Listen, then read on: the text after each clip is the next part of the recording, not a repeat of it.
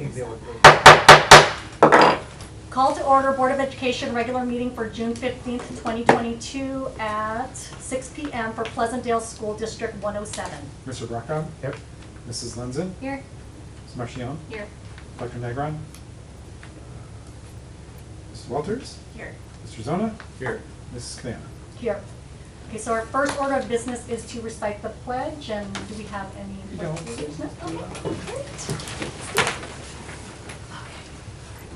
I pledge allegiance to the flag of the United States of America and to the republic for which it stands, one nation, under God, indivisible, with liberty and justice for all.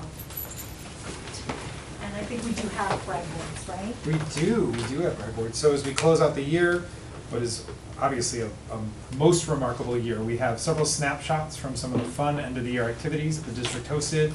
On the brag boards, you'll find pictures of graduation, clap out, field day, and much more.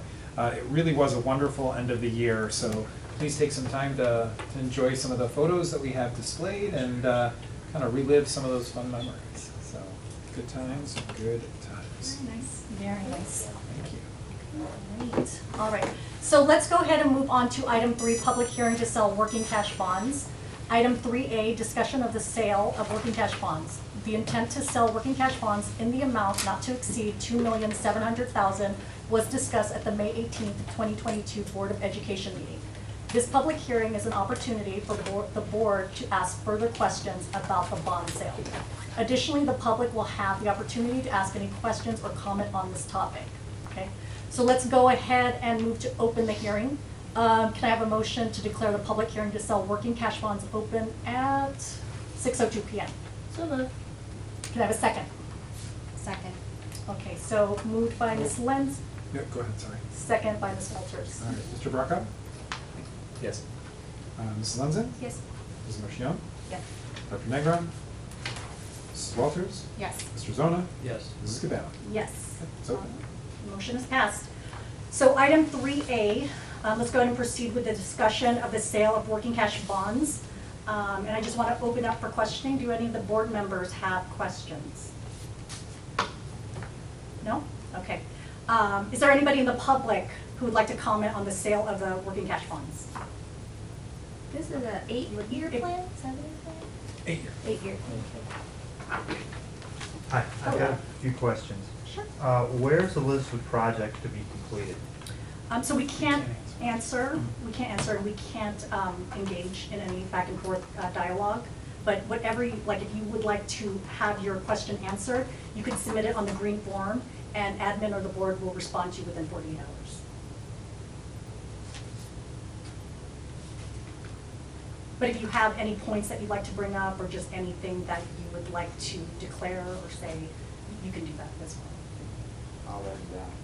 Okay, thank you so much. All right. Okay, so any other questions from the public? Specific to the bonds. Okay, so let's go ahead and move to close the hearing. Can I have a motion to declare the hearing closed at 6:03 p.m.? So moved. Can I get a second? Second. Okay, so moved by Ms. Lenzen, second by Mr. Mr. Bracco? Yes. Ms. Lenzen? Yes. Mr. Marchione? Dr. Negron? Mrs. Walters? Yes. Mr. Zona? Yes. Mrs. Cabana? Yes. The motion is passed, and the hearing is closed. Okay, moving on to item 4, adoption of order calling a public hearing concerning the attempt of the Board of Education of School District Number 107, Cook County, Illinois, to sell $2,700,000 working cash fund bonds.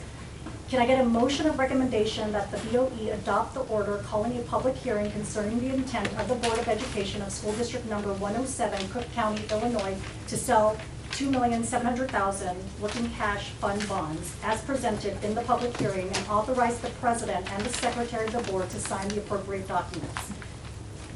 So moved. Can I get a second? That was really long. Second. Yeah. Mr. Bracco? Yes. Mrs. Lenzen? Yes. Mrs. Marchione? Yes. Dr. Negron? Ms. Walters? Yes. Mr. Zona? Yes. Mrs. Cabana? Yes. All right, motion's passed. Motion is passed.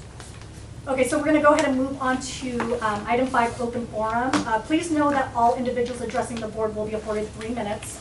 We will also limit to 15 minutes on any one topic, and we'll take the green forms in the order they came. The green forms are out in the hallway. If you have a question, we will acknowledge all who have completed the green forms in the minutes of the meeting. Any questions addressed to the board will be answered by the administration within 48 hours. Additionally, for clarification and to ensure that your specific questions are answered, we request that the questions be submitted in writing on those green forms. So, do we have any green forms at this time? Mine's partially filled out. Okay, would you like? Once you finish, you can just give it to Okay. Jennifer. Yeah. Okay, okay. So, well, we do have another open forum time at the end of the meeting. If you'd like to address the board at that time and submit your green form. Yeah, do it now? Okay. Hello, I'm Karen Lasowski, and I'm a taxpayer here in District 107, but I'm also a special education teacher and have been for the past 35 years. I've been at Pleasantdale since 2011 and have been working in kindergarten for the past 9 years. For the school year 2021-2022, I co-taught with Aaron Esgreppa. Together, we have almost 40 years of kindergarten experience. I have taught most of the school board's children in either coding club, quadcopter, co-teaching kindergarten class, or possibly a resource center. This means you know that I advocate for students and that I'm here to ask these questions.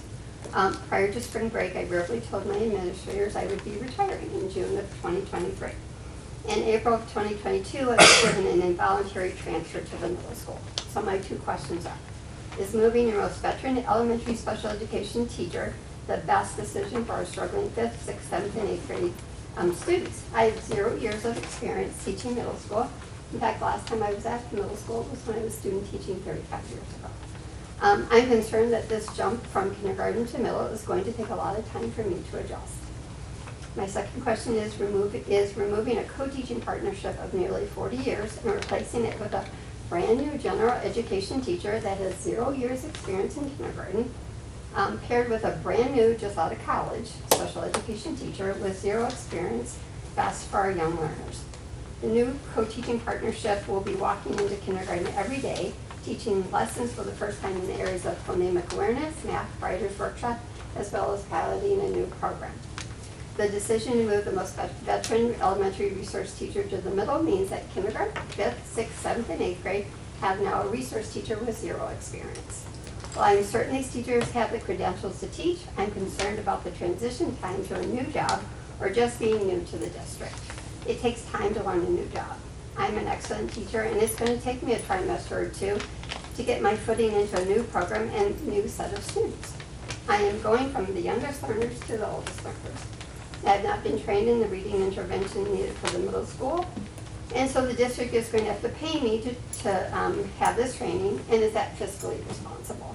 By the time I have a handle on this program, I'll be retiring in 2023.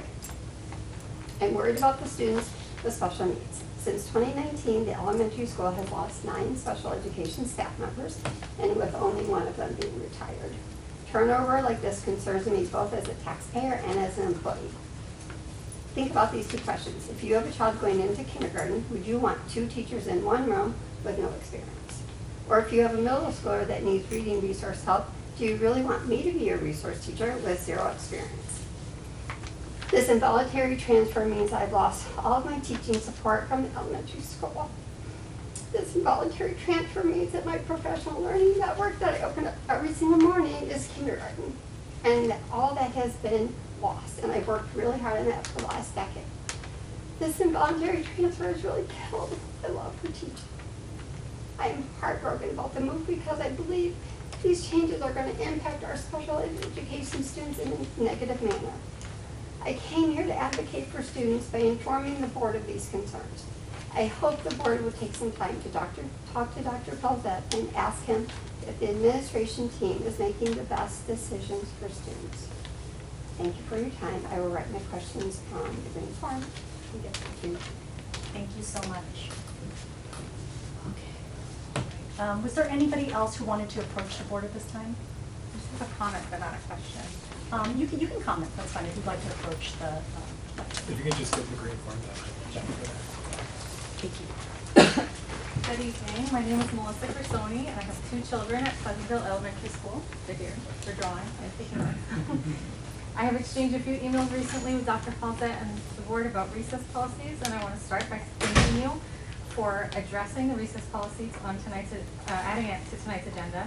I appreciate your willingness to address this issue and to communicate the recess policy with parents and the community with an amendment to the handbook. So thank you very much for that. However, I was a bit disappointed to see the proposed amendment to the parent-student handbook that was posted to the board website. As drafted, it still does not comply with the law, and it does not include the time that Dr. Paulzette has stated students will receive. Dr. Paulzette indicated that next year, elementary students will receive 20 minutes of recess before or after lunchtime, plus 15 minutes at a time chosen by the teacher. The law requires a minimum of 30 minutes, not counting time to deal with coats and boots. It does say that it can be broken up. As drafted, the handbook amendment says they will get 20 minutes on a good day and 15 minutes if it's 5 to 14 degrees. The handbook amendment as drafted says nothing about the extra minutes at a time chosen by the teacher. Dr. Paulzette also said half-day recess will be 15 minutes. The law requires a tenth of the day. The handbook amendment says 5 minutes. Additionally, the law says that recess cannot include computers, tablets, phones, or videos during recess. Yet on bad weather days last year, my children spent most of their indoor recess on iPads. The handbook says nothing about iPad use during recess. Also, the handbook doesn't say how much time middle school students will get. The amendment says they will receive, it says, an additional 15 recess, but in addition to what? It references no time. Please revise the parent-student handbook in a way that clearly states that all students will receive the legally required 30 minutes of recess at a minimum and at least 15 minutes on half days, and that iPads are prohibited during recess. Thank you very much. Thank you so much. I can write down a grade report. Oh, sorry. And it's addressed. Oh, yes. Okay. All right. Anybody else who would like to approach the board at this time? No? Okay, so we will go ahead and move on to items for consent agenda. Item 6A, approve regular meeting minutes of May 18th, 2022. Item 6B, approve closed session minutes of May 18th, 2022. Item 6C, approve payment of May payroll, June warrants. This month, Mary Lemzen reviewed the bills, and Mary, was there anything that you'd like to point out at this time? No, I had several questions, not surprising, but all were addressed. It was just more me not being aware of like naming conventions and stuff. So, yeah, everything was good. Okay, great, thank you so much. All right, does anybody else have any questions regarding the payroll and warrant list? All right, so let's go ahead and move on to item 6D, approve amendment to parent-student handbook section 630 and 650. I just wanted to note that it was discovered after the packet was published that the language regarding recess minutes needed to be changed. These specific changes clarify the total number of minutes provided, and a new redline copy of the handout language can be found at the board members' desks or seats. And there's a copy outside. Okay, there's a copy outside as well. All right, so moving on to item 6E, approve voluntary student insurance. Item 6F, approve consolidated district plan. Item 6G, approve transfer of interest. Item 6H, designation of depositories for school district funds. Item 6I, board resolution for serious safety hazard approval. Item 6J, resolution authorizing certain payments. Item 6K, approve school board section 2 board policies. Item 6L, approve the June 2022 personnel report. So let's go ahead and move to get a recommendation that the Board of Education approve the consent agenda as presented. Sure. Can I get a second? Mr. Bracott? Yes. Mrs. Lemson? Yes. Mrs. Marchion? Yes. Dr. Negron? Mrs. Walters? Yes. Mr. Zona? Yes. Mrs. Cabana? Yes. Okay, so the motion is passed. All right, so let's go ahead and move on to item 7. Action item to approve the 2022 to 2025 professional agreement with Teachers Association of Pleasantdale. Let's go ahead and move to approve the 2022 to 2025 professional agreement with Teachers Association of Pleasantdale as found in your board packet. Can I get a motion? So moved. Can I get a second? Second. Mr. Want me to slow Bracott? down? You can slow down. No, you're good. Mr. Bracott? Mrs. Lemson? Yes. Mrs. Marchion? Yes. Dr. Negron? Mrs. Walters? Yes. Mr. Zona? Yes. Ms. Finn. Yes. All right, motion passes. Thank you to David and Charles for their hard work and helping to Great work. pen a successful contract. So, good Efficient negotiation. work. Yeah, very efficient. Very efficient. Very, yes, thank you. Thank you so much. All right, so let's go ahead and move on to administrative reports. All right, just a real quick kind of end of the year update as we wrap up the 2021-2022 school year. You know, obviously it's been an amazing school year, an amazing end of the year. It's been a challenging year, however, we were able to kind of get back to normal for those end of the year events. To that end, our 8th graders participated in all of our traditional end of the year activities, including the annual trip to Ohio, an amazing graduation ceremony, which many of you were able to attend, and the PTO-sponsored graduation party. Our 5th through 7th graders participated in our annual cancer walk at the end of the year pep assembly, and also had what they call Middle School and Activities Day, because apparently middle schoolers are still too cool for field day. At the elementary school, our 4th grade students celebrated their time at PES with an end of the year field trip to the movies, and a lunch and games in the park. A huge thank you to Mr. Emzo at the elementary school, who coordinated another very successful field day, and thanks to all the parents, many at this table, who volunteered to make our field day successful. Finally, we had an amazing district outing to the Chicago Dogs game on June 5th. It was a fun and family-friendly event. Great time was had by all. It's just been a wonderful school year, so thanks to everyone who made this year successful, and especially the end of the year, which is such a busy time. So thanks to everyone for that. Thank you. And thanks to admin and teachers and staff too for making it such a great year. Thank you. Okay, so we can go ahead and move on to the ESSER for me use of funds. Okay. It's a spring testing report. Oh, I'm sorry, spring testing. Okay, Yes, okay. so each year the administration provides the board with an update on our annual testing. It's important to remember that that test data is but one indicator of our programs and represents a snapshot of time in our students' progress. Tonight, Dr. Ban is here to walk us through the data. So Jennifer, I will turn it over to you. Okay. Well, good evening. Told you I'd be back.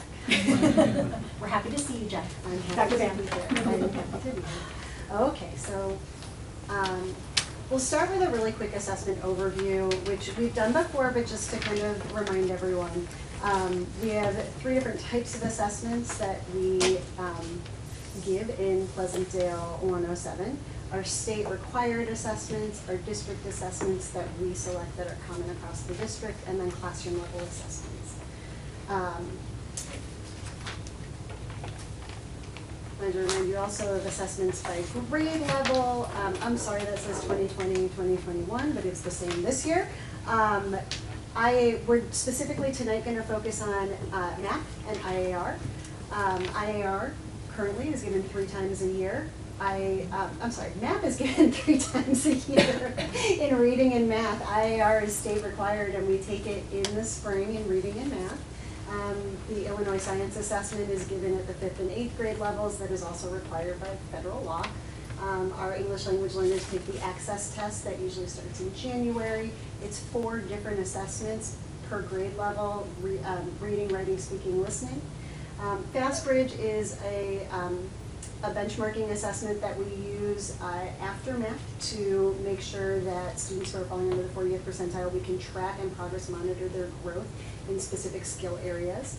COGAT is our cognitive abilities test that we give both at the elementary and at the middle school to determine students' strengths in the areas of verbal, quantitative, and nonverbal.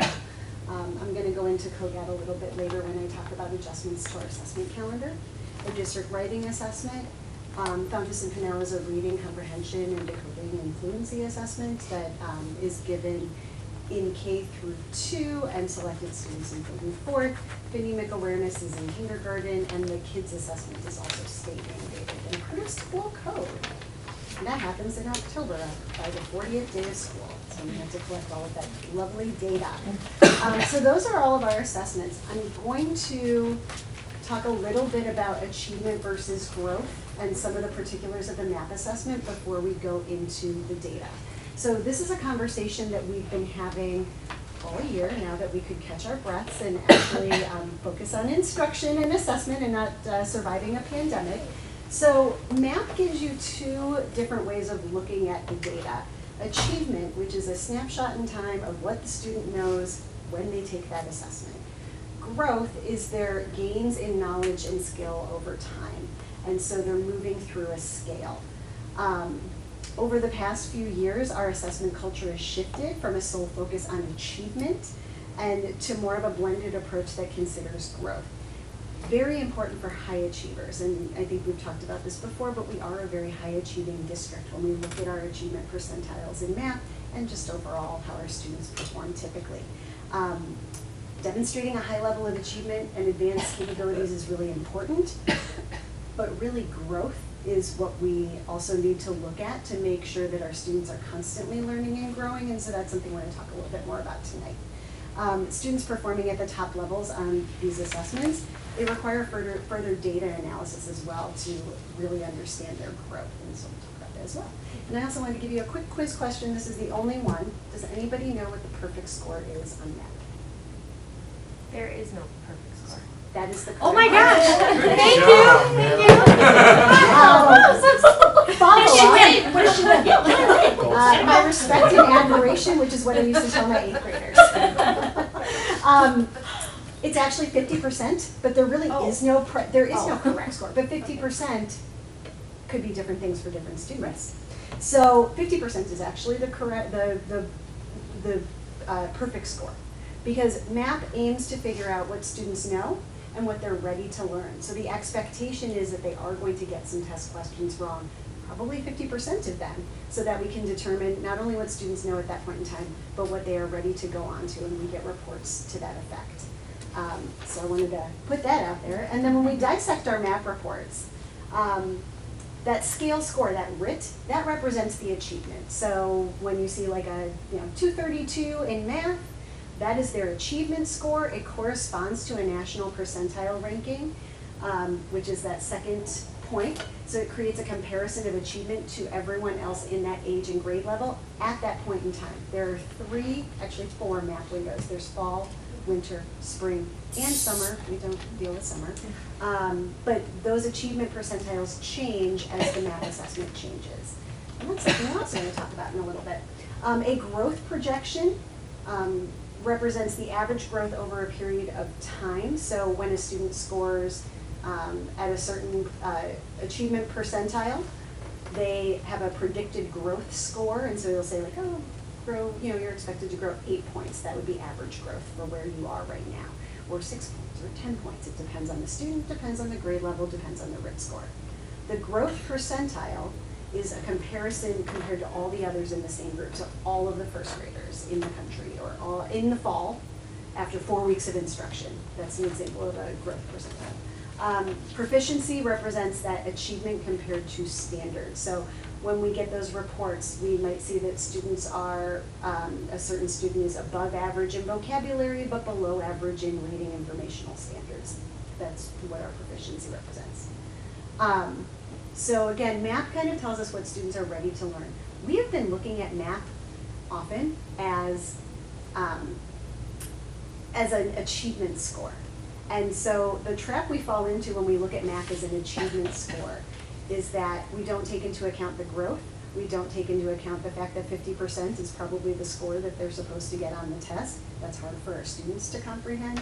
And it's hard for us when we're talking about achievement to say, they're getting 50% of the questions wrong too. So obviously these all correspond to achievement percentiles, but when we say, oh, the MAP score represents achievement, my child's performing at the 80th percentile, that's great for that point in time, but it's also the growth that they make that we need to pay attention to as well. So we've been having a lot of conversations at the school level, the district level, and with others outside of our school district just about how are we using MAP, how should we be looking at MAP, how should we be reporting on MAP, and something we have to take into account is what are students ready to learn, and how will we know that they're ready to learn it, and are we using this information to drive what they are ready to learn? So if we see that students are performing at like the 96th percentile and they're not growing, then there are things we're supposed to be teaching them that we're not. Now, sometimes that's way off the charts and maybe it's not appropriate for like a 5th grader to learn 12th grade content, but that's the target and the goal that we need to move incrementally towards. So I'll go into the assessment data. So first we'll focus on MAP, fall to spring. So this is our reading data, where we ended up. So the first column is that cohort percentile rank. So that is that grade level's achievement percentile compared to everybody else who took that test at that time. The target RIT growth is the next column. So that's the average number of RIT points each child was projected to grow. And then the observed RIT growth is the average of how many points all of the students in that grade level who took the fall and the spring test grew, and then whether or not they met that goal. So you'll see in reading, last year in reading, we only had one grade level meet their target growth, and I think that was second grade. This year, we had more grade levels meet their target growth, which is great. Last year, we also had only one grade level in the 90th percentile for achievement, and only two in the 80th, and two in the 80th. This year, pretty much everybody is in the 80th percentile or above, and we've added another grade level at the 90th or above.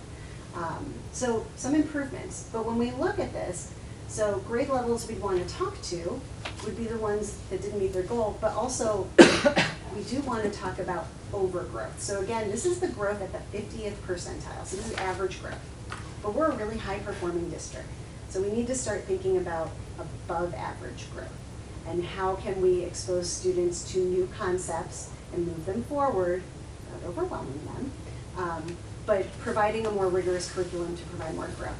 And as you know, we've talked about our math scores before.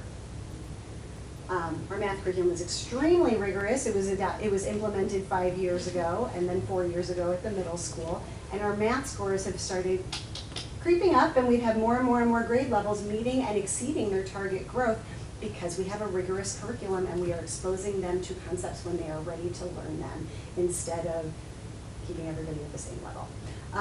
So that is working. Reading needs to come on board. That's what we're doing this year with our literacy adoption. Our math, the particulars for math, and I'm going to dive into a few of these. Last year, we had 4 grade levels above the 90th percentile. This year, we've added a few more. And only 2 grade levels at the 80th. We still have 2 grade levels at or above the 80th. We did have all but 1 grade level meet their growth goal. If you see the ones that didn't, most of them were pretty close. I will talk more about 5th grade later. 5th grade, we had a little bit of a different situation, and I will go into that in a second. But all of our cohort percentiles are above the 85th percentile. So again, we need to start looking at overgrowth, like 4th grade, like 3rd grade. So we want to see our students exceed the average growth. Dr. Van, oh, I'm sorry, yeah. this is from fall to spring. Fall to spring. A couple other things really quickly I wanted to point out about math too. I noted this is the big awesome. I don't know if you remember this or not, but last year when I was talking to you at this time, our 2nd grade cohort was at the 64th percentile in math, and we were very concerned. And so we said we were going to throw a lot of resources at those students when they got into 3rd grade, making sure there was co-teaching, making sure we had that win time dedicated to math. Those students went from the 64th percentile at the end of last spring to the 85th percentile, or I'm sorry, to the 94th, I'm sorry, 94th percentile. Sorry, I was looking at 2nd grade again. To the 94th percentile. And massive overgrowth. So I just wanted to toot their horn. The other thing I wanted to point out was at 5th grade. So we talked with someone named Melissa Hinshaw. She's the director of assessment at the Center for Talent Development for Northwestern. She also used to be our NWEA rep, and she was actually my NWEA rep when I was at my previous district as well. She now works for Northwestern and runs their assessment division at Center for Talent Development. So our relationship with her now is, tell me all the things about MAP, and you don't have to sell me any products. And so she gives us the inside scoop, which is fantastic. So she actually has presented to our curriculum council team, our specialist team, and then I've also brought her advice to our administrative team as well when we're talking about reducing assessments, how are we using assessments. So when we talk about assessments tailored to match instruction, I want to point out 5th grade math. So we had at least 10, if not more, students at the 99th percentile this winter. They're taking the 2-5 MAP assessment. The 2-5 MAP assessment is going to top them off at a certain level. So these students were scoring like in the 260s and getting in the 99th percentile. And so she suggested that students who are performing that well need to be exposed to the higher level content of the next test, because they're not going to be shown the concepts that are at a higher level, a much higher level. And obviously these students are performing at that level. So she had said you should start giving those kids the 6+. Now typically you don't switch tests in the middle of the year, but we talked with Ms. McCarter, our math teacher, and just said, do you think you want to try that with some of our students who are topping out, and let's just see what happens. So she contacted parents, she talked to the students, and she said, look, your MAP scores are going to go down, your RIT score is going to go down, your achievement percentile probably should stay around the same, because what's happening is they keep scoring high and scoring high and scoring high, and they just stay at the 99th percentile. So your achievement percentiles might change too. They were all fine with that. The kids were excited about the challenge, so they took the 6+ only in math. And so just to kind of give you an example of what that change looked like, they all said the test was an appropriate level of challenge for them. Something else that we did too, so students are supposed to get about 50% of the questions wrong. These students were getting 60 to 70% of the questions right, because they were so easy and they kept getting questions right, and it was boosting up their RIT score, and it was boosting up their achievement percentile. So when they took the 6+, that number went back to something more appropriate, around 50% of the questions correct. So that means we were giving them the right test to match their level of instruction. These kids are already learning 6th grade content because they're in the above level math class. So just to kind of give you an example of what a change looked like, so we had a student who scored a 265 in the winter, that's at the 99th percentile. When they took the 6+, they scored a 256, still at the 99th percentile, but it was a loss of, and their growth was targeted to be 10 points, but they dropped 9 points. So their achievement percentile is not going, their achievement percentile is still the 99th, but their growth isn't gonna look good. And so when I show you the percent of students who grew in 5th grade, it's gonna look really alarming, but think of how much growth that is that we lost. So most of these students, their RIT score dropped by about 10 points. In terms of the whole cohort of 5th graders, that's a lot of growth to lose, so it's not gonna look good. Another student scored a 258, was in the 99th percentile, predicted to grow 10 points from winter to spring. Got a 255, only lost 3 points, still stayed in the 99th percentile, but was more appropriately challenged and got 50% of the questions correct instead of the 70% that student got in the winter. So I just wanted to give you an example of how we match our assessments to our instruction, rather than just kind of stay with this, everybody takes this test, everybody, because this is a growth assessment. So if we're not giving students the correct assessment, we're also not going to be able to see their growth. So this year, when our above level math students go into 5th grade, we're going to take a look at their data, and those who start off in the 99th percentile, we're just going to move them to the 6+. So they'll have a whole year of that assessment instead. So we're going to start looking at that a little more in both, and really the jump is from 4th to 5th grade, because when they get into 6th grade, they're learning this above level content, and we should probably push them to the next assessment on it. So I did want to point that out to you. I thought it was interesting, and I thought it was a good way of demonstrating that a RIT score is achievement, but a RIT score should also give us information about our instruction and how we can best support our students.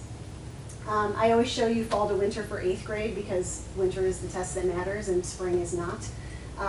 So this year, from fall to winter, both reading and math, they met their growth goal. We even had a little nice bit of overgrowth in math, and even reading too. And last year they were in the 80th percentile cohort. Now they're in the mid to high 90s. Next is growth. So this is the percentage of students who met their growth goal. Our growth is down, and there's probably a lot of reasons for that. You know, there's never just one reason for why something happens on an assessment. My personal feeling is we ran into a lot of assessment fatigue this year. I think by the time we got to the end of the year and the kids had taken so many assessments, they were just like, one more on my way out the door, and I think it was really hard on everybody's stamina. And for us as educators, it felt like we were testing the kids all year long. So we'll talk about that in a little bit too. So yeah, this growth, this does not look as good as it did last year. We had 3 grade levels above the 50th percentile, and we had 1 grade level above the 70th. This year, oh wait, yeah. Yes. Oh, so reading growth looks a little better. Sorry, reading growth looks better. Math growth doesn't look as good as last year. And there's that 28% of students who met their growth goal. Again, that's a very small grade level too. So I don't have that many kids to pick from. And again, our growth is a little bit down. Last year, pretty much everybody, except for 2 grade levels, was above the 70th. 70% of our students met or exceeded their growth. I think we had 3 grade levels where 80% of them met or exceeded their target growth. So we dropped a little bit. Dr. Hanford, second grade, I remember you talking last year about switching from the K2 test to. Yes. So did we do that? That was in the fall. So they took the K2 assessment in the fall, and then they took the 2-5 in the winter and the spring. So yeah, if we go back to last year, that could have had an impact too on growth as far as very inflated scores in the fall and then dropping in the spring. So it's the same example as moving those 5th graders to the 6+. Their RIT score was going to drop. Their percentile ranking probably didn't drop as much. With the first graders, I know in the fall, did they do the listening portion? They do it all year long. and Okay, we're they did gonna- it in the spring as well. Yeah, we're going to talk about first grade. 'Cause I have a change to propose. Oh, okay. But first, let's get to IAR. Can we ask questions about math before, or Yeah, should you want me do to you wait want till to? the end? No, you Oh, can ask okay. questions. I was Go just ahead. curious, like, so going back to the one with the percentage of students that met, do we have like is there like an optimal threshold? So it average is 50, or- average is okay, 50. So okay. same thing as the percent of questions you get correct. Average is 50, we Okay. want more. Right, So of we're course. always looking for more than 50% of our students meeting or exceeding their target growth. Like, Okay. I'd like to see it between like 60 and 80%. Sure, okay. And then my second question is, for those 5th grade students that did take the different math, Mhm. is it really fair to include them in this? Like, I feel I like it's wasn't not able apples to, I to know. apples. I wasn't able to take them out, and so I think Mhm. that in your minds, you just have to have that as a caveat, that we changed something, we wanted to tailor our assessment to our instruction. And the other thing is, like, I don't ever wanna not do the right thing for kids because it's like not gonna look, like. Oh, sure, I'm just Right, saying. so like calling yeah. those parents and saying your kid's score is gonna drop, like that requires a conversation. Right. And when they understand, then like we shouldn't make a big deal out of it because Oh, we're sure. sharing the assessments, the instruction. I don't have a way of taking those kids out when these calculations come in. Oh, It's because it's the grade level. And got it. so think about this too. I was just thinking of like, if it's an average or. Yeah, so there are a just lot of curious. districts, especially high-performing districts, that give all of their students the 6+. Mhm. So another thing to think about too is when we look at these achievement percentiles, all the kids that are thrown into that grade level at that time, especially like 5th to 6th, some of them are taking the 6+ and some of them are taking the 2-5. And so all of those kids' scores go into that pile and comes out as an achievement percentile. Or like some districts don't give the test in the spring. So we're in the pool with all the districts that give it in the spring. Some districts don't give it in the fall, so we're in the pool with all the districts that give it in the fall. So it's important to think about who's in the pool too, which we don't really have any way of knowing, but like, I think the overall takeaway is there's a lot more that goes into these scores than just me sticking a number up on the board and telling you about it. And so while the data and statistics are really nice, there's a lot that goes into it, and so we have to consider all of those factors too, and just not like hang our hats on one score. So I told those parents, like, don't get hyped up about the score drop. It's better for your child. Oh, Yeah. for sure. I was just curious if we take those out of the remaining cohort, what's the percentage of which that I met? could do it I by was just hand. curious. Yeah, I I was could just do it by curious. hand. Oh, no, it's If you'd not. like me to. Yeah, I would hope. I mean, I I think think it the would percentage would be increase and it would better. reflect better. It would That's be where we're better. going. There were 9 Right. students who took the 6+. Right. Just even a cursory glance at their drop, I mean, most of them drop by 10 points. So that's a huge amount of growth to drop. Got it. And that all gets averaged in with the grade level, so it makes the grade level look Got it. weaker overall, yeah. But it was better for those students, and it helped us know if they're ready to learn. So, okay, so sorry, last question. So why are there 2 numbers for 8th grade? Oh, sorry, I forgot. I always do fall to winter and then fall to spring. In the parentheses is the, that second number, the fall to winter. Oh. So if you, Eighth so graders tend to not. in the spring, Do 40% of the graders kids like met their that? goal, and in the Okay. winter, 60% Oh, of the I kids met see. their So goal. the parentheses Yeah. should be the higher Yeah. of the 2. Yes, Okay, yes. got it. But Thank you. Thank you. better. I should have probably assumed, but okay. No, don't assume, Thank always you. ask. Okay. All right. IAR. And These this are re- preliminary scores. They're pretty accurate. I just have to say that they're preliminary, but I think this is the way it's going to shake out. This is our reading composite. That means all of our grade levels averaged was 60%, so we saw an increase over last year. Great. And then the colored highlights are following that cohort. So for example, 3rd grade, 62%, so last year, 62% of the students met or exceeded their target, or met or exceeded standards at grade level. So remember, IAR is just testing all kids at grade level. They're not getting different questions, they're getting slightly different questions if they get different versions of the test, but it's all standardized. So this is students compared to how well they know the grade level standards, and this is achievement. This is growth. And when we have normal years, the state does take into account growth, and we do get a growth score, but we haven't gotten one of those in a couple of years because of the pandemic. So I believe this year we won't have it, but then the year after we will. There was too much variability in who took the assessment last year and when, because we had people take it in the spring like us, and in the fall like other districts decided to do, which I'm glad we were not that district. So 3rd to 4th, we saw an increase. 4th to 5th, we saw a little decrease. 5th to 6th, we saw a decrease. 6th to 7th, we saw a huge jump. 7th to 8th, it's very hard to motivate 8th graders for IAR. When do they take it? So right now, they take it about 2 weeks after spring break. Oh, great. And then we take math like 4 weeks later. So we'll talk about that. Okay. Here's math, also a composite of 60%, meeting, exceeding. And again, this was the one where I was like, how could they possibly do better than this? But they did. So our 4th graders like really knocked it out of the park this year. And I know they spent a lot of time preparing the students. 4th to 5th, 5th to 6th, stayed stagnant. 6th to 7th, big increase. And then 7th to 8th, small drop. So overall, we did better than last year. Our composites are better, our building averages are better. So the work that we have started to put into preparing our students for IAR has started to pay off and will continue to pay off. We spent a lot of time talking about what's on the test.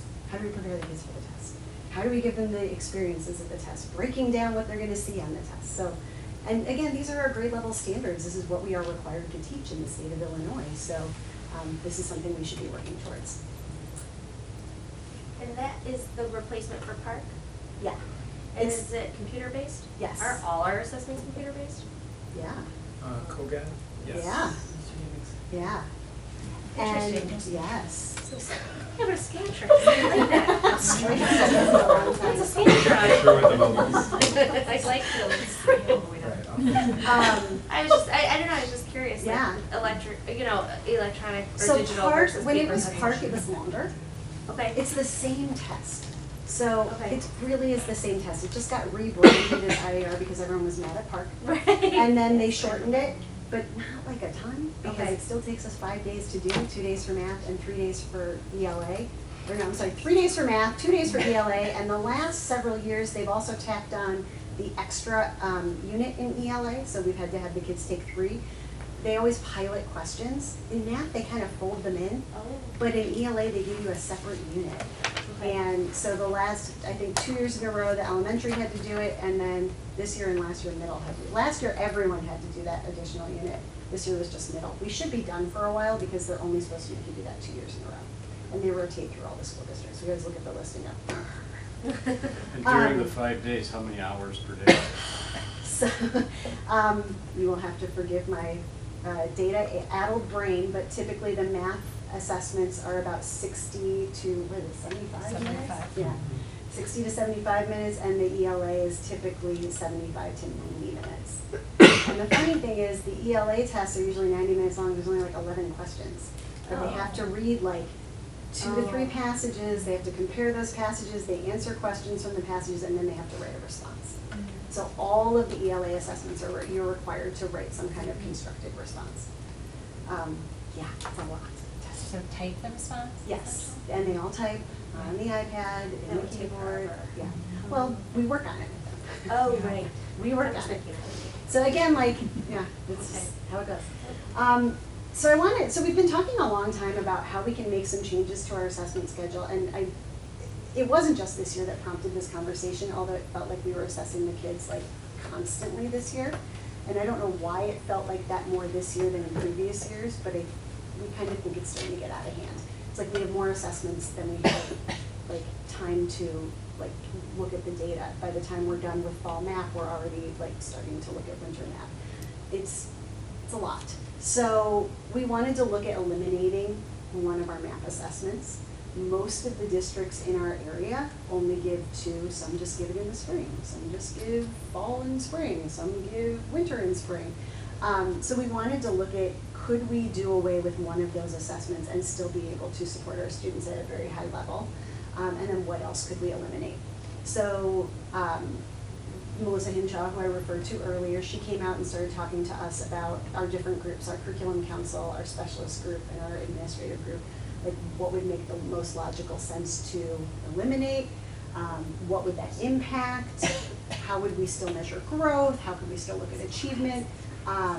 So we talked through either getting rid of fall or spring with our curriculum council group, with our specialist group, and then our administrative group.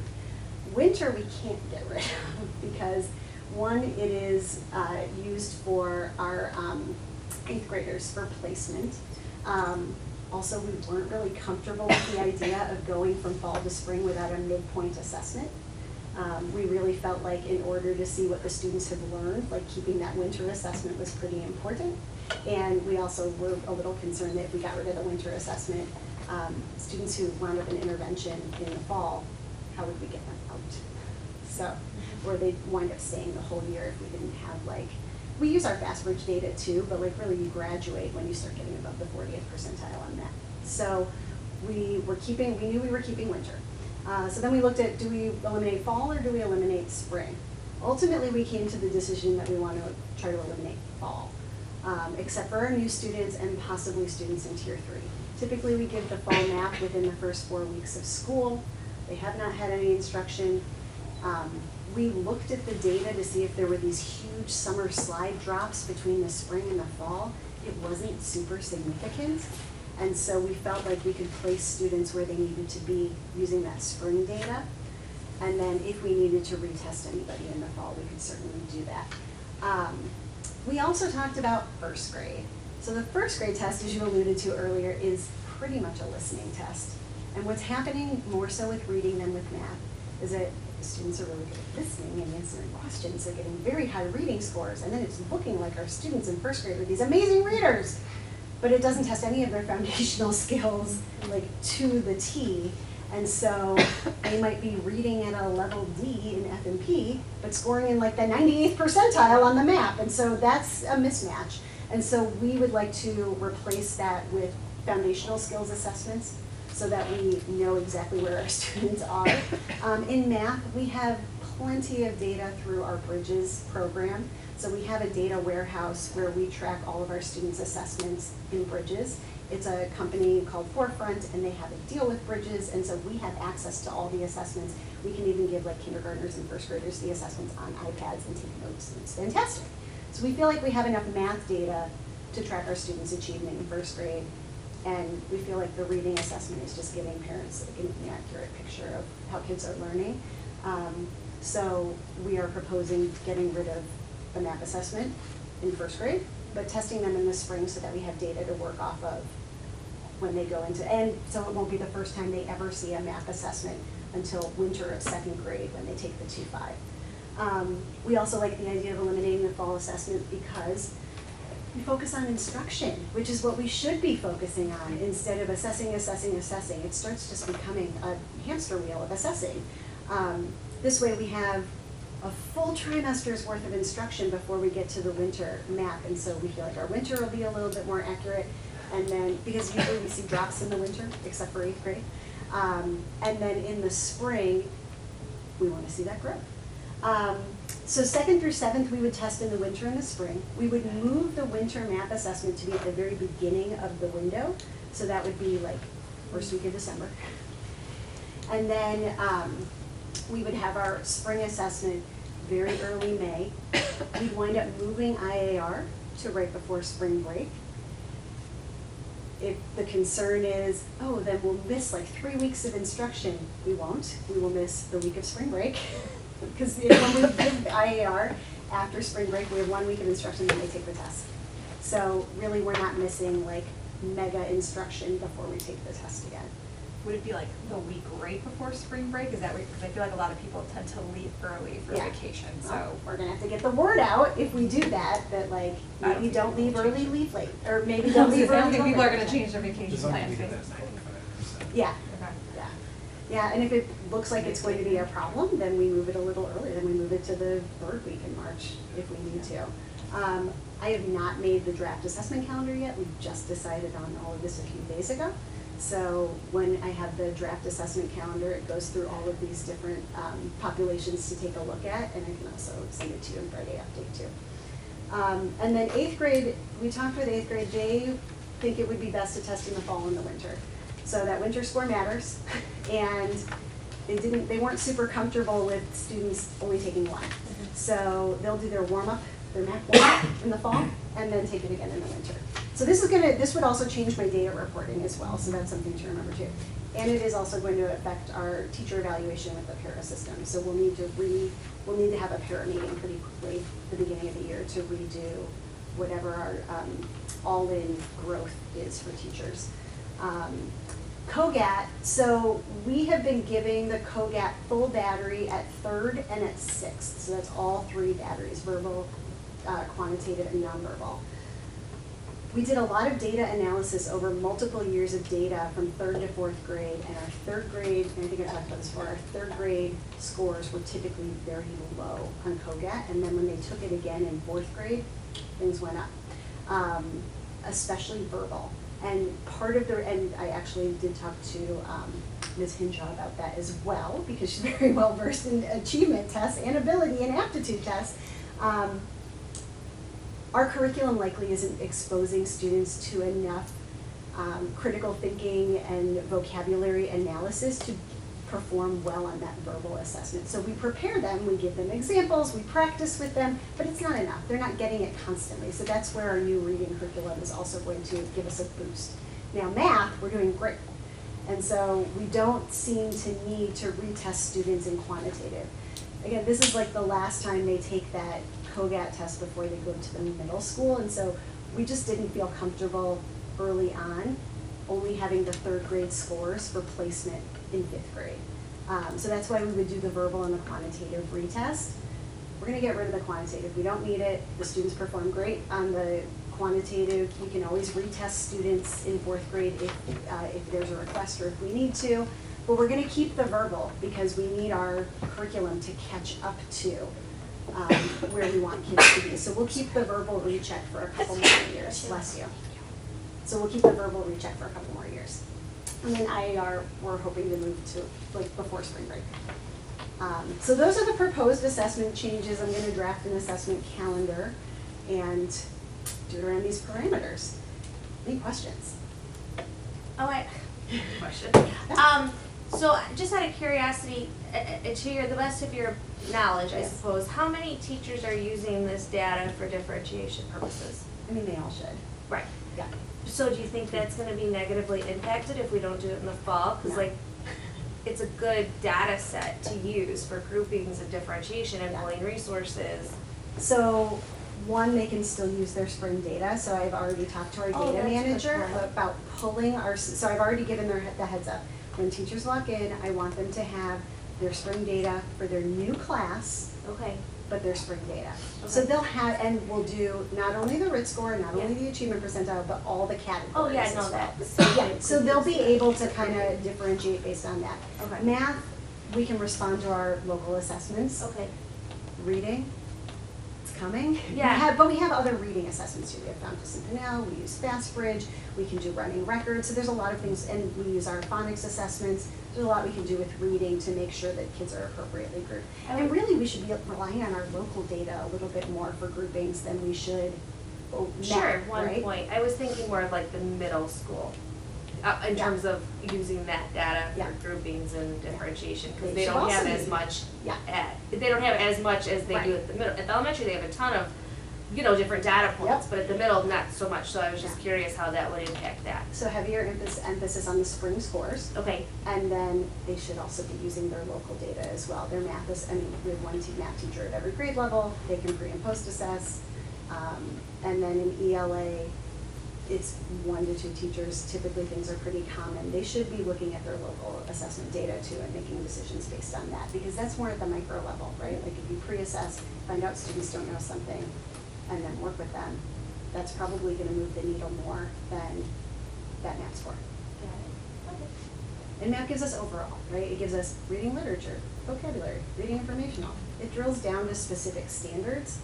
That doesn't always like translate. It's not always so easy to be like, oh, you need help in this standard, but we're not getting to that till you get 3. Right. So, yeah. So Any we- other questions? Oh, sorry. No, go So ahead. if we eliminate that fall math test, then we have the winter and spring, we should see a decline in the growth essentially, or not as significant a growth? No, it'll still, the growth target will be set winter to spring.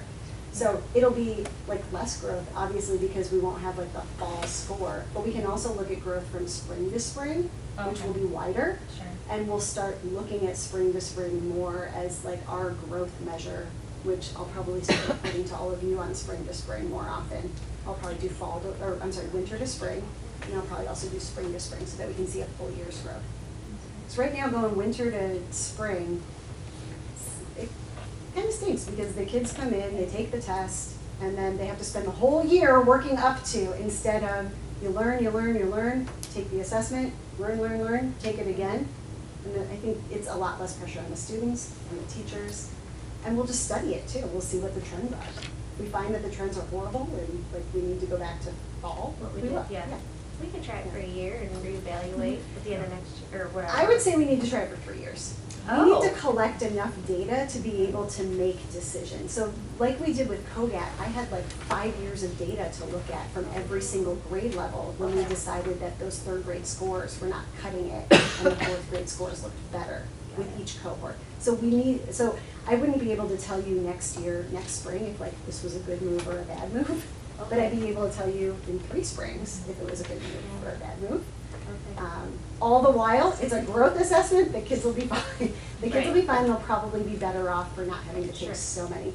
The other thing that's gonna be really nice is if we move that winter math assessment to early December, our English language learners take the access starting in January. And so usually they're taking access and math at the same time, or one Oh, right that's after the hard. other. And then we also talked about how we would move 3rd and 4th grade access to be like the first one, so that they're not taking access and then math right away, or I'm sorry, IER right away. Yeah. So we'll structure things so that we're gonna really try to space out assessments for.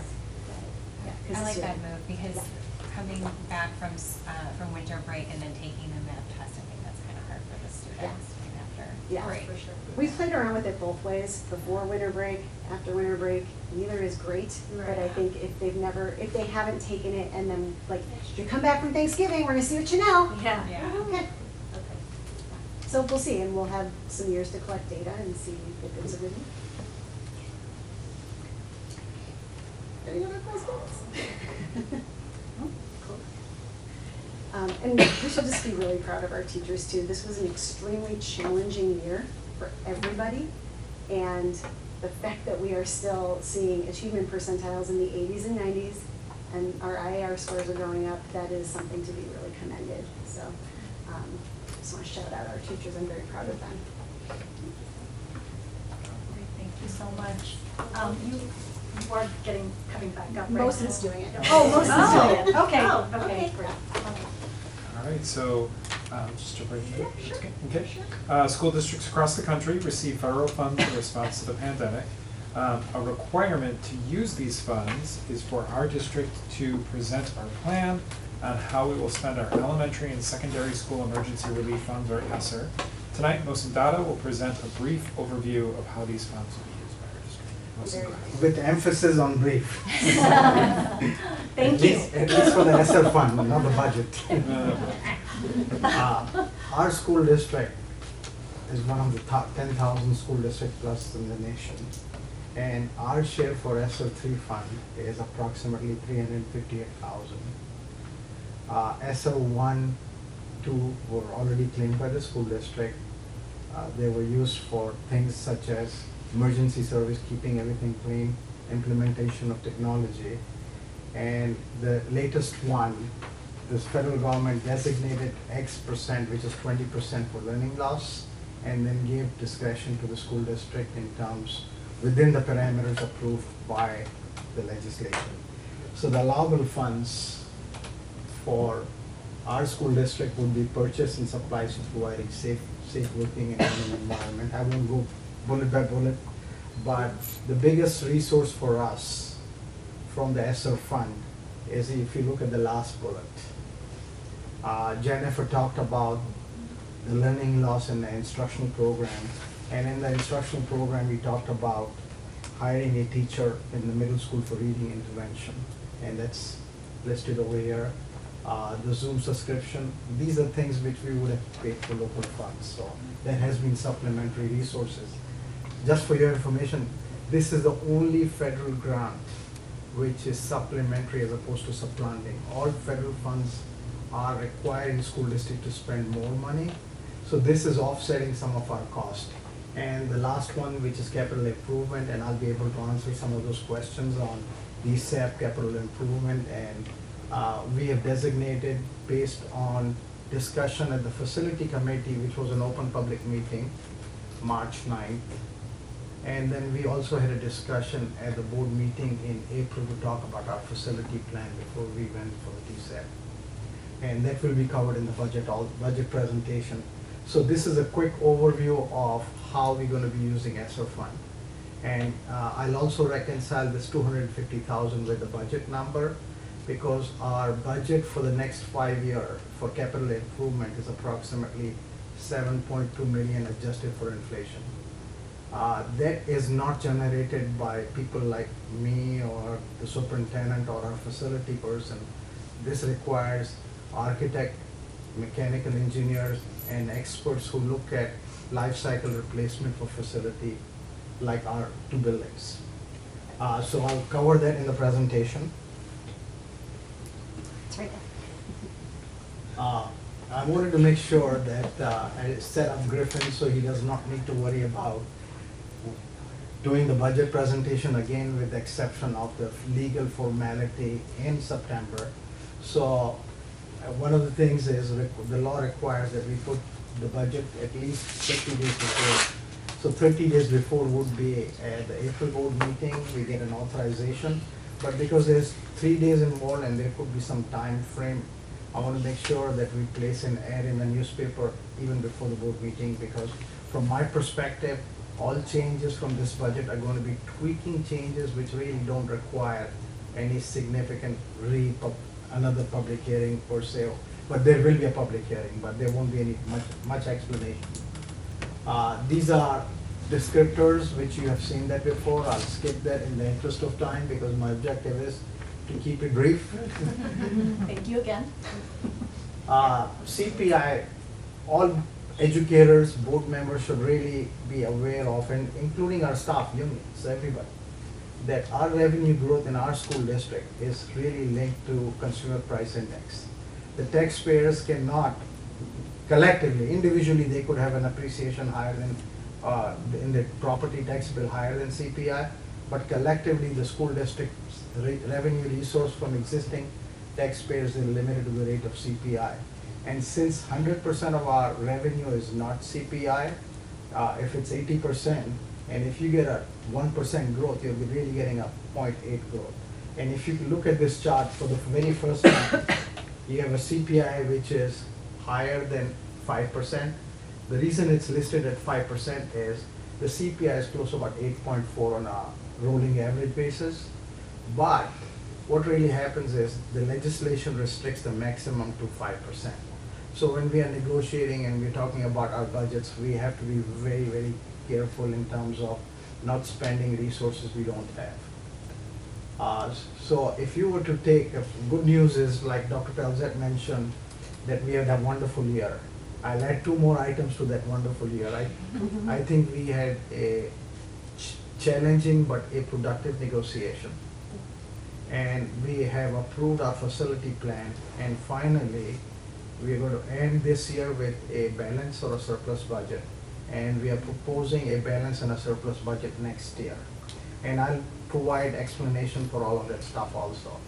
For me, I've never had an unbalanced budget in 40 years, so I'm very happy about it. It is So, really your and streak. there are some lucky Still breaks, so alive. nothing to do with me.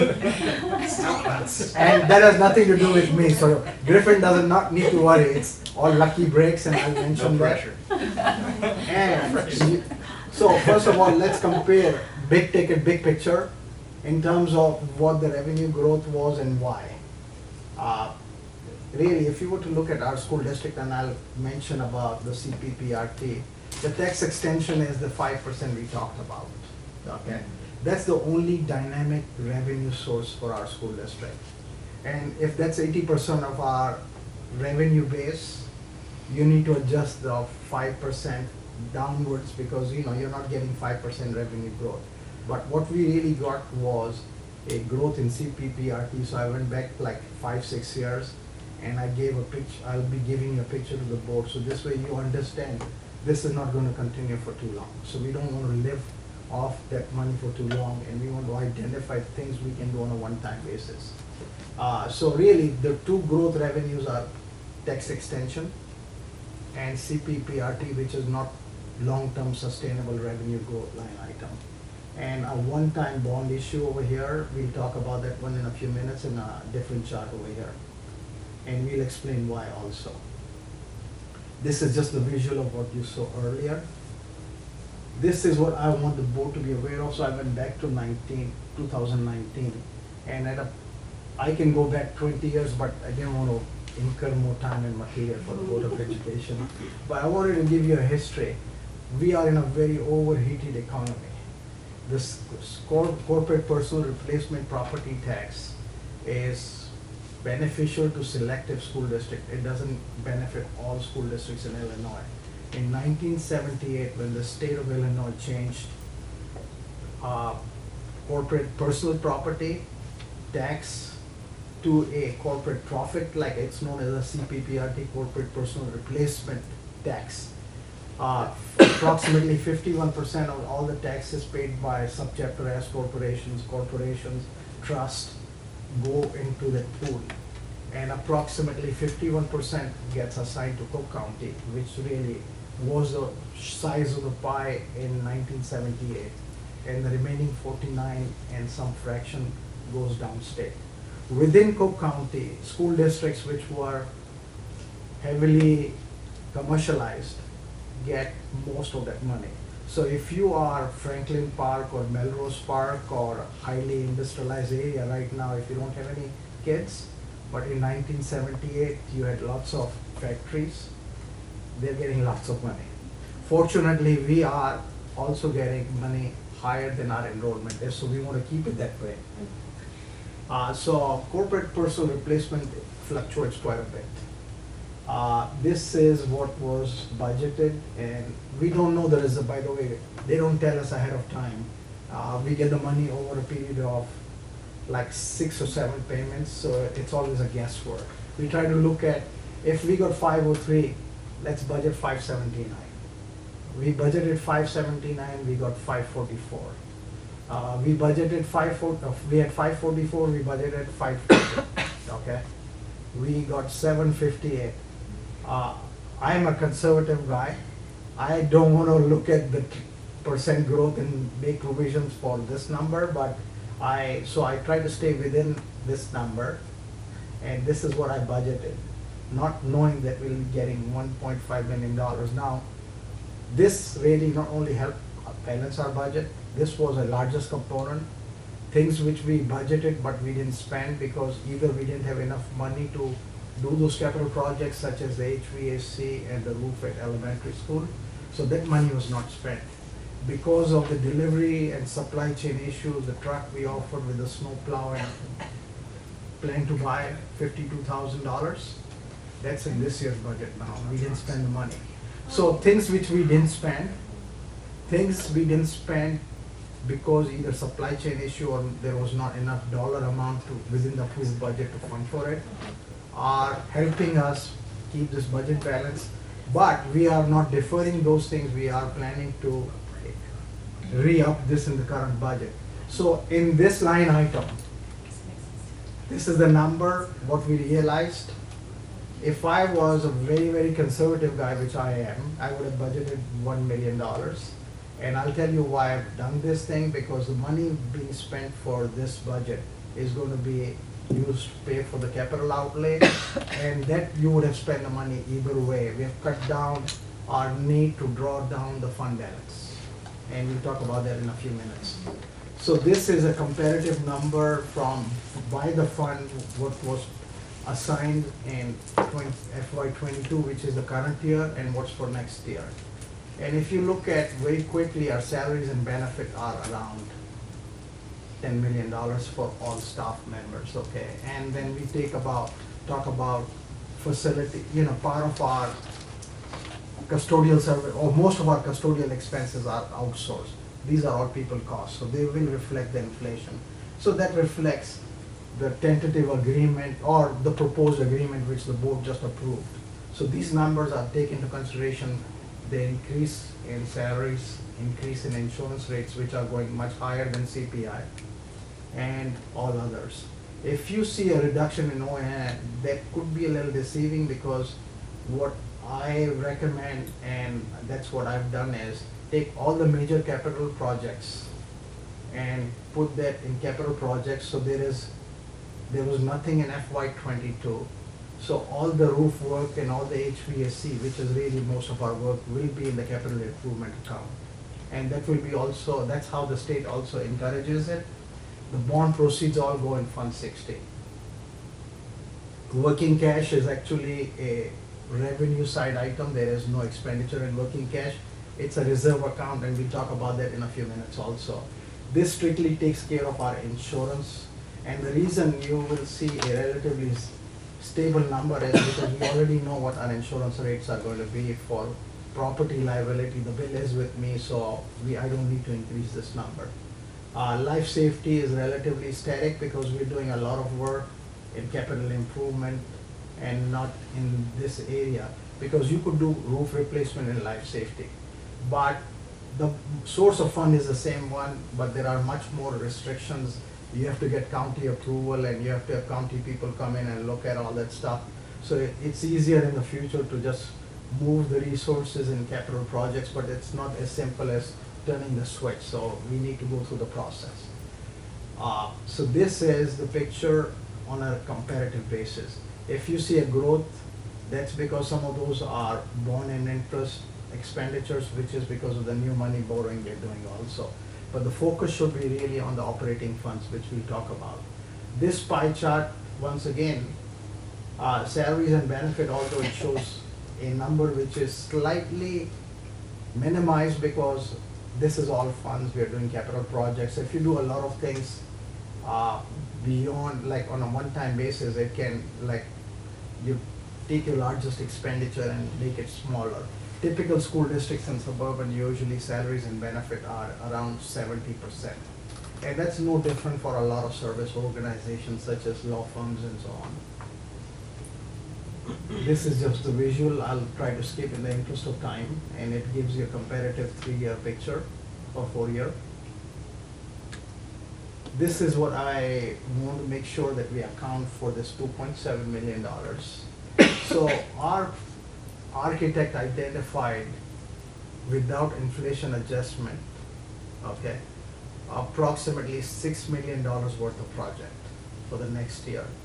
And after adjusting for inflation, because they look at today's cost replacement, after adjusting for inflation, after adjusting for fees for architect, engineers, after making provisions for contingency, which you only spend if you need to spend, the total amount is 7.2 million, and that's what we're gonna be spending in the next 5 years.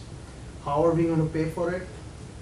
Operating funds will pay for $2.2 million, which means is whatever levy money we collect from O&M. My expectation is we don't draw down this one, and I'll talk about why we may be lucky. But you saw that Jennifer gave you that mention about the gift of $250,000. So, and last year we had applied for a state construction grant, and because we didn't do the project, because we didn't have enough money in the budget to do it, that money is still available to us. So I told Griffin that the first thing when we start getting the bills, we charge to this 50,000 so we can get the money from the state. Then we get this 250 because these are very time sensitive. And then this is a technicality that before using your fund balance and operating fund, which we are going to, that's why we have the transfer I'll talk about, we start using our bond money. IRS regulation requires that you spend 85% of your money within the first 3 years, which we will spend based on the scope of work.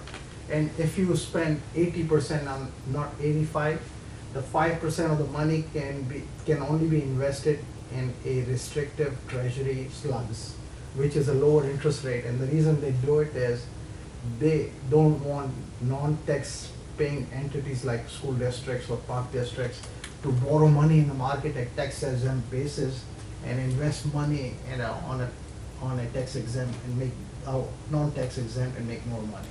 So the intent is arbitrage, to avoid arbitrage income. This is a little low, but this gives you the project as to what we're going to be doing. In a nutshell, nothing is, and by the way, this information, I'll have an extra copy available for anyone who wants it, is all mostly roof replacement and HVAC. So if you were to look at, these are the roofs, and that's the HVAC. So most of the money is really going for roof replacement. Dr. Pelzet did a fabulous job last year when he communicated to the board and the community that we were really able to get a maximum return on our investment for our roofs. Some of our roofs are like, you know, if you're a homeowner, if your roof is 40 years old, it's remarkable. So, but if you have a roof which is very old and you're using lots of buckets, that's not good for a school district because you're talking about safety issues, you're talking about mold and all that stuff. So we'll be addressing in the next 5 years a lot of our roofs and HVAC. Building automation, which is not here in the next 2 years. But the reason those building automation looks like spending money for something which is not essential, it's like thermostat, air control, which is absolutely essential. So, and usually if you didn't have building automation, you'll spend more money in utility cost. So most of it is all roofs and HVAC. And the source of, so in flat dollars, it's like close to about 1.5, but we have made adjustment for inflation over here. We have made adjustments for the architect and engineers. There is provisions for contingency. You only spend that money if you have to spend that money. And the subtotal for all these adjustments is 355. If you take this number and add 355, what we are expecting is next summer, we're going to be spending approximately $1.8 million for roofs and HVAC. And I wanted to break down because next summer is going to be 2 fiscal years. That's how the school year starts. But in nearly all school districts, all major projects are done in summer. So work done in June is going to be FY23. Work done in July and August is going to be FY24.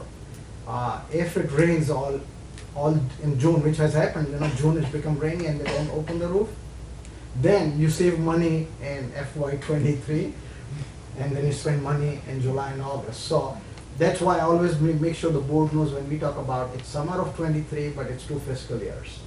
So Griffin will either have a surplus or a negative, depending on if it's wonderful sunshine every day, he could get more work done. So don't hold him responsible if he spends more money in that line, as long as the total amount is 1.8. This is by location, by category, and there was also a FY22 number because we paid for that APR room, engineering cost and so on. So I wanted to make sure that that also gets tagged in here and accountable over here also. So all of those things are here. Capital projects 2 doesn't mean it's slide number 2, it's not like project 2. So you have the capital projects by the year, source of funding, and I have also made the board aware that you could overlap 2 fiscal years because it's a summer project. This is a big picture in terms of where the budget is. This is what our expected revenue are. This is what our expected expenditure for next year is. We have a planned surplus of 261,000. That also includes transferring 600,000 from O&M to capital improvement fund, okay, which you'll see in the other side when we have the, so this is the operating budget. You don't see the capital improvement over here. So what we are saying is our plan is to fund our capital improvement project, and I also mentioned that first you have to use the bond money. But that does not prevent us from taking money from O&M on an annual basis and building some sort of a sinking fund in operations and maintenance fund. So there is no big surprise, because if you have 7.2 million, you'll use 50,000, 250, and you'll use the bond money in the first 2-3 years. And then you'll use, most of the remaining money will be coming from operating funds. Hopefully, if we keep on generating surplus for like we did last year, for this year and next year, we will not be able to touch the fund balance.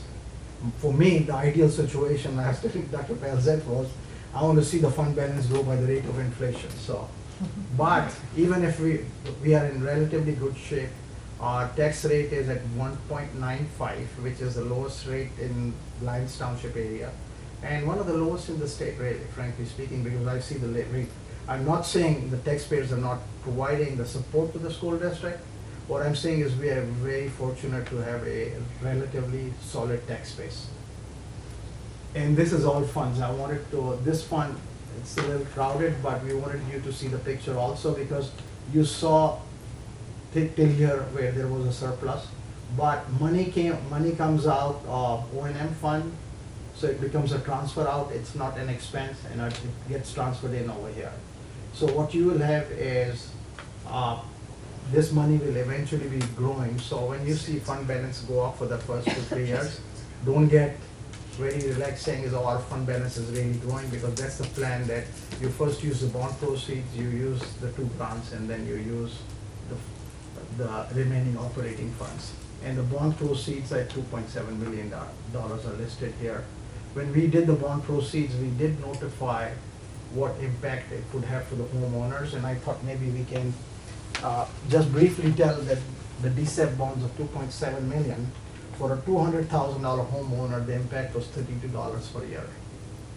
For a $400,000, it was $69, and $500 was $88. I think we have covered most homes with these rate impact. This was an issue in negotiation, so I thought I'll put it in the budget. Cook County is very unique. Out of all 102 counties, they get their tax bill 2 equal installments. If you are in Cook County, your first installment is going to be different than your second installment. This year is going to be a big challenge. Fortunately, because we have the fund balance, we don't have to borrow tax anticipated warrants. As taxpayers, you need to be aware that county's biggest challenge right now is, they should have issued the tax bill. We don't know the results of last year in terms of what the tax rates are yet, and we are approving next year's budget. So your tax bill usually comes in August. The county is making every effort to issue the tax bill by December. And the reason they want to do it is because corporations have to do business deduction, and selective homeowners may still have the opportunity to make tax deduction on property taxes. So what really happens in Cook County is your first installment is very different than second installment. And that's why some of these revenues fluctuate, but you always get your money if the money comes in different fiscal years. The property taxes are by calendar year, spring and fall. But if you get more money than you are entitled to, and I'll use the word entitled to because what happens is the first installment is always 55% of last year's revenue.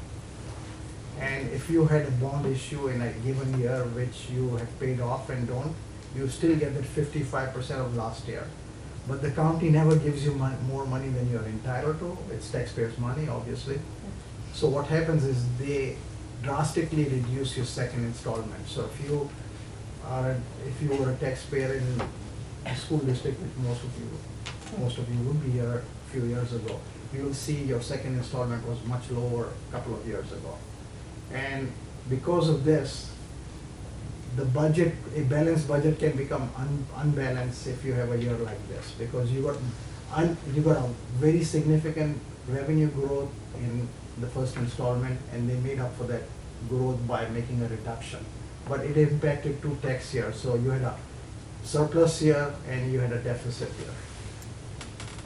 And I wanted to let you know that typically whenever you approve a budget, you will always, because you're talking about $15 million, $16 million, 2 or 3% variance in revenue, business managers will always be conservative.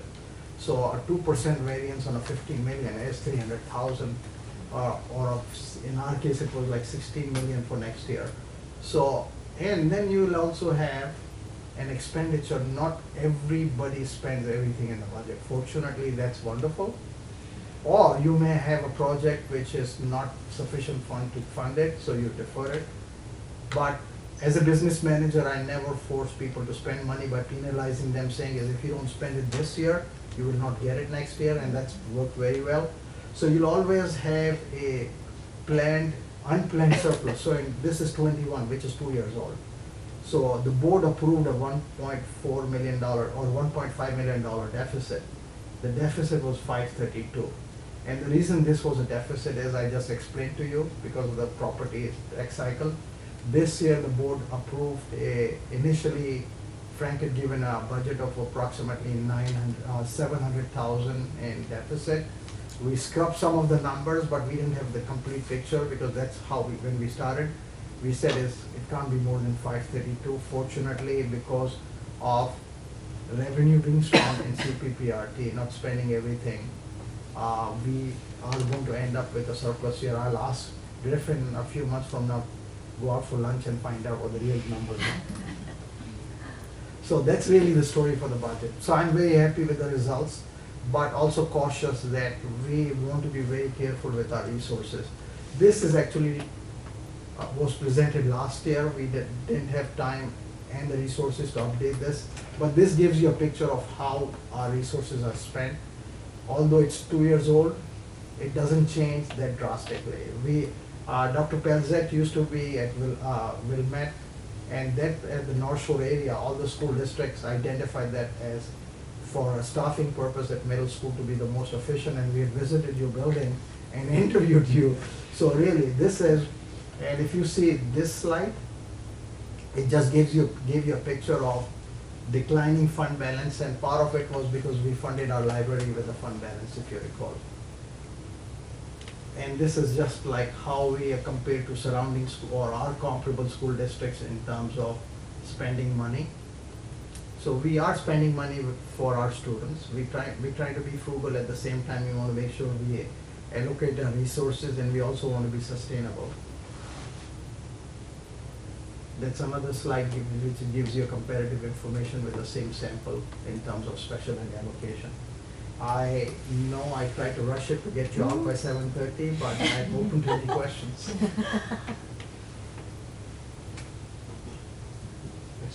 I mean, Griffin will bring it back in the fall for a final budget. Thank you. Thank you so much. So let's go ahead and move on to item 10 then, and review the items for next month's agenda. Please note that there is no July meeting. The next meeting is August 17th. And so the items are establish petty cash fund, Summer Academy update, hiring status report written, declassify executive session minutes, class size update, review personnel, section 5 board policies, K through 5 literacy adoption update, and budget update. Does anybody have any suggestions to, for items that they'd like to be added to this next meeting? All right, so moving on to open forum. Is there anyone else who would like to approach the board at this time? No? Okay, all right. We don't have anything to present with the written reports, right? So, all right, so let's go ahead and move to adjourn the meeting at 7:30 p.m. Ooh, right on the mark. Wow, right on the mark. Okay, can I get a motion? Moved. Can I get a second? Second. This meeting is adjourned.